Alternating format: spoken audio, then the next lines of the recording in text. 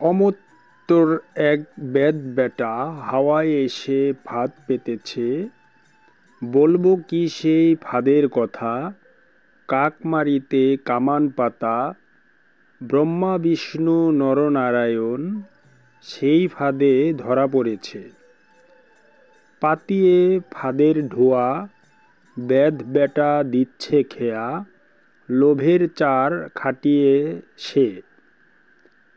চার খাবার আসে, পরে সেই বিষম পাশে, কামলোভী কামি মারা যেতেছে।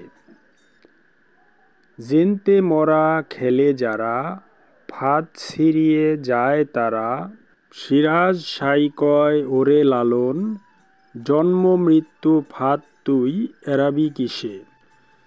এই গানটি মহাত্মা লালন ফকিরের অন্যতম একটি দার্শনিক এবং গভীর অর্থপূর্ণ রচনা। এখানে লালন ফকির মানুষের লোভ, কামনা এবং তাদের জীবনের ফাঁদ নিয়ে কথা বলেছেন। গানটির ভাবার্থ এমনই, জীবনের পথে মানুষ এক প্রকার অদৃশ্য ফাঁদে আটকা পড়েছে। সেই ফাঁদ হল লোভ, কামনা এবং মায়া। অমর্ত্যর তথা ঈশ্বরের তৈরি এই ফাঁদে ব্রহ্মা বিষ্ণু নরনারায়ণও ধরা পড়েছেন। মানুষ যদি নিজের লোভ এবং কামনার উপর নিয়ন্ত্রণ না রাখে, তাহলে সে এই ফাঁদের শিকার হবেই।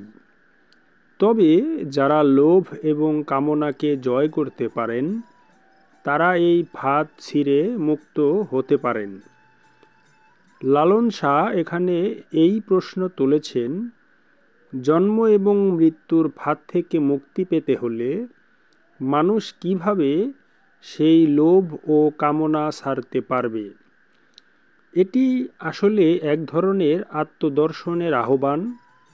লালন শাহ বোঝাতে চেয়েছেন, আত্মশুদ্ধি এবং নিজেকে জানাই মুক্তির একমাত্র পথ।